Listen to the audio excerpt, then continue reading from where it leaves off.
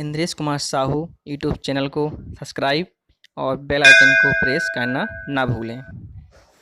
नमस्कार साथियों, मैं अपने यूट्यूब चैनल इंद्रेश कुमार साहू में आप सभी का हार्दिक स्वागत करता हूं। आज हम आपके सामने लेकर आए हैं DLED सेकेंड सेमेस्टर अध्याय 6, जिसका नाम है समीकरण तथा सर्वसमीका का अर्थ। ठीक है, हम इस वीडियो के माध्यम से आपको समीकरण और सर्वसमीका के बारे में बताएंगे। जो भैया बहन इस वीडियो को देख रहे हों या इस वीडियो में नए हों तो प्लीज़ हमारे चैनल को सब्सक्राइब और वीडियो को लाइक ज़रूर करें और अपने दोस्तों में शेयर ज़रूर करें। ठीक है, शेयर की तरह शेयर ज़रूर करते रहें। इस वीडियो में देखने में बहुत ही आनंद और बहुत ही मज़ा आएगा और वीडियो को अंत तक ज़रूर देखें, जिससे कि आपको हर टॉपिक आपको समझ में आ सके और परीक्षा में आप अच्छे से कर सकें। तो चलो चलते हैं अपने टारगेट की ओर। तो हमारा अध्याय 6 था और समीकरण तथा सर्वसमीका का अर्थ हमें इसमें समझाना है। ठीक है, तो हम पहले पढ़ेंगे समीकरण कि समीकरण क्या है, इक्वेशन। ठीक है, तो ऐसा समीकरण जो चर राशि के सभी मानों के लिए संतुष्ट नहीं होते हैं। मतलब समीकरण वे कहलाते हैं जो सभी मानों के लिए संतुष्ट नहीं होते हैं। वे समीकरण जो सभी मानों के लिए संतुष्ट नहीं होते हैं, अर्थात कह सकते हैं हम, अर्थात कुछ ही मानों के लिए संतुष्ट करें, मतलब कुछ ही मान उसमें संतुष्ट हों, मतलब दोनों पक्ष हमारे बराबर आ सकें। उन्हें हम क्या कहते हैं, समीकरण कहते हैं। क्या कहते हैं, समीकरण। ठीक है, उन्हें हम क्या कहेंगे, उन्हें हम कहेंगे समीकरण। ठीक है, तो अब कैसे कहेंगे समीकरण, उनको हम संतुष्ट कैसे करेंगे, तो हम चलते हैं अपने उदाहरण की ओर। कि उदाहरण में आपको स्पष्ट कर दिया जाएगा कि आप किस प्रकार से मालूम कर सकते हैं कि यह समीकरण है या सर्वसमीका। तो देखो, हमने एक एग्जाम्पल के माध्यम से आपको समझाने की कोशिश कर रहे हैं, तो अब अच्छे से प्लीज़ देखिएगा कि इसमें लिखा है कि x² + 5x - 6 बराबर 0। ठीक है, क्या है, समीकरण है। हम लिखा है समीकरण, और क्यों समीकरण है अब हमने यहाँ पर आपको डिटेल में चेक करने के लिए दिया गया भी है। यदि x बराबर 1 रखने पर, यदि हम x का मान 1 रखें तो आगे होगा 1, मतलब 1² + 5 × x - 6 बराबर 0। हमने x बराबर 1 का मान समीकरण में रख दिया है। हल करेंगे तो हमारा आएगा 0 बराबर 0। इसका मतलब क्या है कि ये संतुष्ट करता है। क्या करता है, संतुष्ट करता है कि x बराबर 1 हमारा संतुष्ट कर रहा समीकरण को। ठीक है, एक मान तो हो गया कि संतुष्ट कर रहा है, लेकिन सभी मान संतुष्ट करने चाहिए। अब हम देखेंगे कि हमारा दूसरा मान संतुष्ट कर रहा है या नहीं। यदि नहीं कर रहा है तो हमारा समीकरण होगा, और यदि कर रहा है तो हम फिर आगे देखेंगे कि क्या हो सकता है वो समीकरण हमारा। ठीक है, अब आगे बताएंगे तो क्या होगा। यदि हमने लिखा कि यदि x बराबर 2, क्योंकि हमने x बराबर 2 रखने पर, ठीक है, अब हमने x बराबर 1 रखा था, अब हम x बराबर 2 रखेंगे तो 2 का स्क्वायर होगा + 5 × 2 - 6 बराबर 0।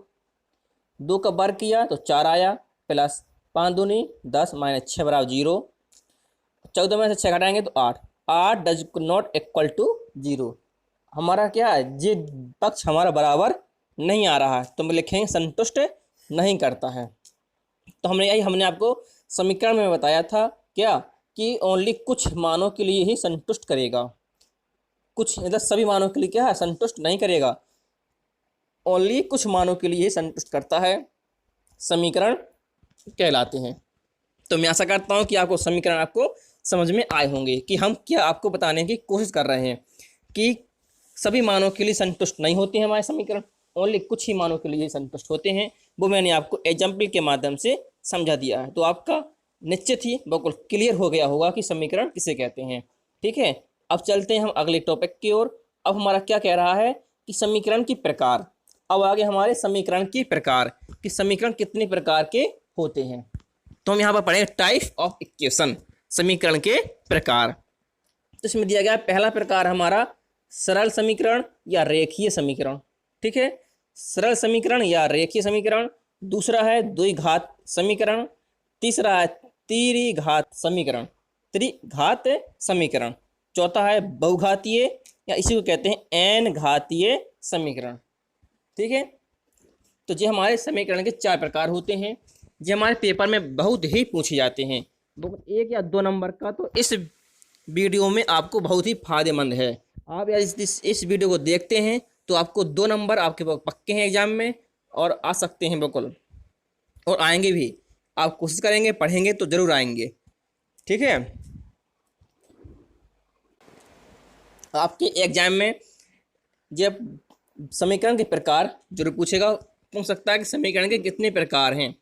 आपको 1 नंबर में या 2 नंबर में पूछ सकता है, या 2 नंबर में पूछेगा तो इनकी आपकी डिटेल आपको लिखनी पड़ेगी, कि इसकी मतलब परिभाषाएं लिखनी पड़ेंगी। 2 नंबर में आएगा। 1 नंबर में आता है तो आपको ओनली 4 नाम ही पूछेगा कि टाइप बताइए, इक्वेशन ऑफ टाइप, समीकरण के प्रकार।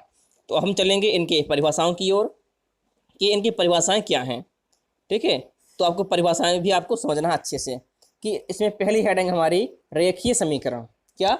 रेखीय समीकरण। तो ऐसा समीकरण जिसमें ऐसा बहुपद उपस्थित होता है जिसकी घात 1 हो। मतलब कहने का मतलब यह है कि ऐसा समीकरण है कि उस बहुपद में, जो समीकरण में बहुपद दिए गए हैं, उसमें सबसे अधिक घात कितनी होगी?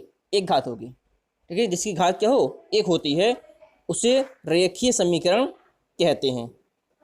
क्या कहते हैं? रेखीय समीकरण कहते हैं। ठीक है, अब रेखीय समीकरण क्या कहलाते हैं? देखो, इसमें हम एग्जाम्पल के माध्यम से बताया है कि 5x + 7 = 3। तो इसमें x की कितनी घात है? इसमें हमारी x की 1 घात है। ठीक है, तो x की हमारी 1 घात है, तो हम इसे कहेंगे रेखीय समीकरण। ठीक है, इसी प्रकार से हमने दूसरा एग्जाम्पल भी आपको बताया है कि 8x + 5 = 2। तो उसमें x की 1 घात है, तो ये भी हमारा रेखीय समीकरण है। ठीक है, अब है द्विघातीय समीकरण। कि द्विघातीय समीकरण किसे कहते हैं? तो द्वि माने 2, घात माने घात, जिसकी 2 घात हो। मतलब परिभाषा के नाम, जो परिभाषा में बतानी है उसके नाम से ही हम परिभाषा निकाल सकते हैं, है ना। जी बिल्कुल, आपकी बिल्कुल सटीक ट्रैक है, आपकी कभी भी क्वेश्चन गलत नहीं होंगे, ना कोई भी परिभाषा आपकी गलत होगी। कि इसमें लिखा है द्विघात समीकरण, कि हमें द्विघात समीकरण की परिभाषा पूछा जा रहा है। तो द्विघात समीकरण हम कैसे निकालेंगे? अब आप यही सोचोगे कि आज हम भूल गए तो क्या करेंगे? भूलने की कोई इसमें बात ही नहीं है। आप नाम देखिएगा, द्विघात।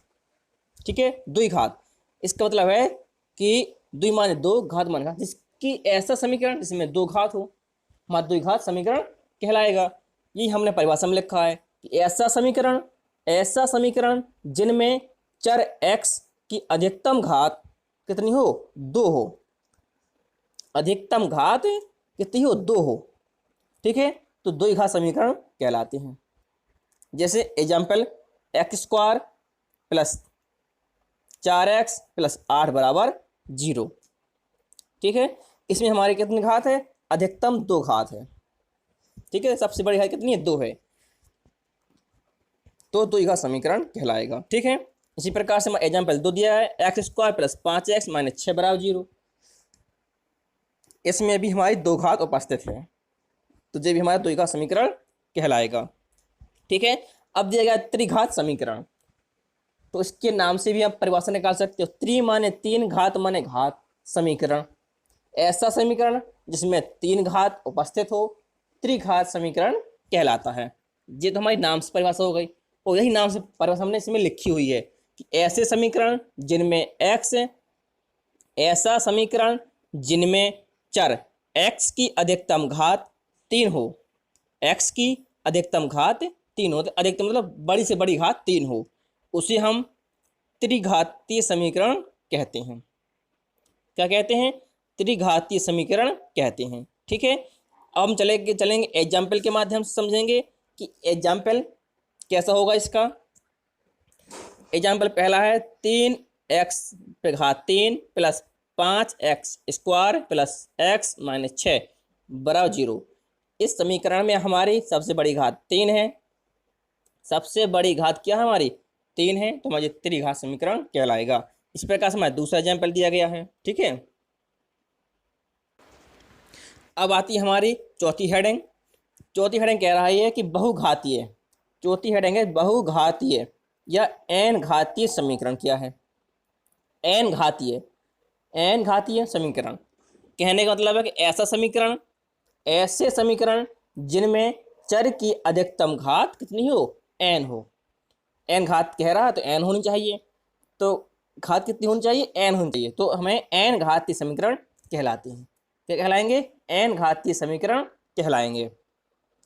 अब जो दिया गया है एग्जाम्पल के माध्यम से आप बल को समझ सकते हैं कि a1 एक्स पे घात n प्लस a2 एक्स पे घात n-1 प्लस a3 एक्स पे पावर n-2 प्लस एक्स पे घात एक्स ए पे a4 एक्स पे घात n-3 plus dot dot an बराबर 0। a1 a2 a3 a4 क्या है जी, हमारे x के गुणांक हैं। क्या हैं, गुणांक के हमारे अचर पद हैं, गुणांक हैं और अचर पद भी हैं। ठीक है, अब आ रहे हैं हमें सर्व समीका। अभी तक हमने आपको समीकरण के बारे में बताया है कि समीकरण किसे कहते हैं, समीकरण के प्रकार कितने हैं, और जो प्रकार हैं तो उनकी परिभाषाएं भी हमने आपको बता दी हैं। तो हम आपको एक बार और समझा दे रहे हैं कि समीकरण क्या है, कि ऐसे समीकरण जो हमारे सभी मानों के लिए संतुष्ट नहीं होते हैं, अर्थात कुछ ही मानों के लिए संतुष्ट होते हैं, हमारे समीकरण कहलाते हैं। ठीक है, और हमने आपको बताया था कि समीकरण के प्रकार भी बताए हैं हमने, कि समीकरण के प्रकार कितने हैं। समीकरण के प्रकार हमारे 4 होते हैं। हमने पहले बताया आपको रेखीय समीकरण, दूसरा बताया द्विघात समीकरण, तीसरा बताया त्रिघातीय समीकरण, और चौथा बताया हमने एन घातीय समीकरण, और हमने उसकी परिभाषाएं भी आपको बता दी हैं। ठीक है, परिभाषाएं क्या थी रेखीय समीकरण की, ऐसा समीकरण जिनमें हमें ओनली एक घात उपस्थित होती है, चर की एक घात उपस्थित होती है, रेखीय समीकरण कहलाते हैं। द्विघात समीकरण, ऐसे समीकरण जिनमें x की घात सबसे अधिक 2 होती है, हमारे द्विघात समीकरण कहलाते हैं। इसी प्रकार से त्रिघात, त्रि माने 3 होता है, घात माने घात, तो ऐसे समीकरण जो हमारे चर की घात कितनी हो, 3 हो, और एन घातीय में घात कितनी होनी चाहिए, एन होनी चाहिए। ठीक है, तो ये तो थे हमारे समीकरण। तो हम आशा करते हैं कि आपको समीकरण अच्छे से समझ में आए होंगे। यदि हमारी वीडियो आपको पसंद आती है तो हमारी वीडियो को लाइक और चैनल को सब्सक्राइब जरूर करें और अपने दोस्तों में भी शेयर करें। ठीक है, अब हम पढ़ेंगे सर्व समीका, कि सर्व समीका किसे कहते हैं। तो ऐसे समीकरण जो चर राशि के सभी मानों को संतुष्ट करती है, सभी मानों को संतुष्ट करती है, हमारी सर्व समीका कहलाती है।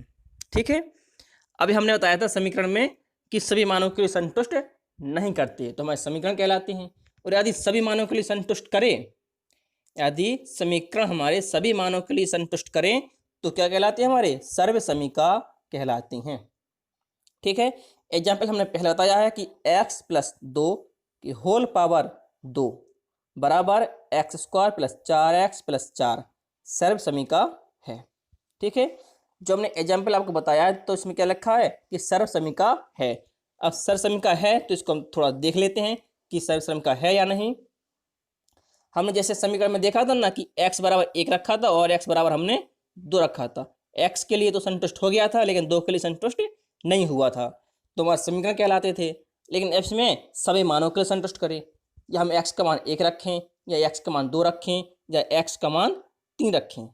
ठीक है, x का हम कुछ भी मान रखें, सभी मान हमारे संतुष्ट करेंगे तो हमारी वो सर्व समीका कहलाएगी। ठीक है, तो हम देखते हैं x बराबर 1 रखने पर 1 प्लस 2 का whole power whole square plus 1 square plus 4 plus गुणा 1 प्लस 4, 2 1 3, 3 का स्क्वायर बराबर 1 प्लस 4 एकम 4 प्लस 4, तो 3 का बार करेंगे तो 9 आएगा, बराबर 1 4 5 5 4 9, तो 9 बराबर 9। x का 1 बराबर मान के लिए संतुष्ट हुआ। इसी प्रकार 2 के लिए देखेंगे, यदि x बराबर 2 रखने पर तो 2 प्लस 2 का होल पावर स्क्वायर बराबर 2 का स्क्वायर प्लस 4 गुणा 2 प्लस 4, तो तो दो जुड़ जाएंगे तो 4 हो जाएगा, 4 का स्क्वायर।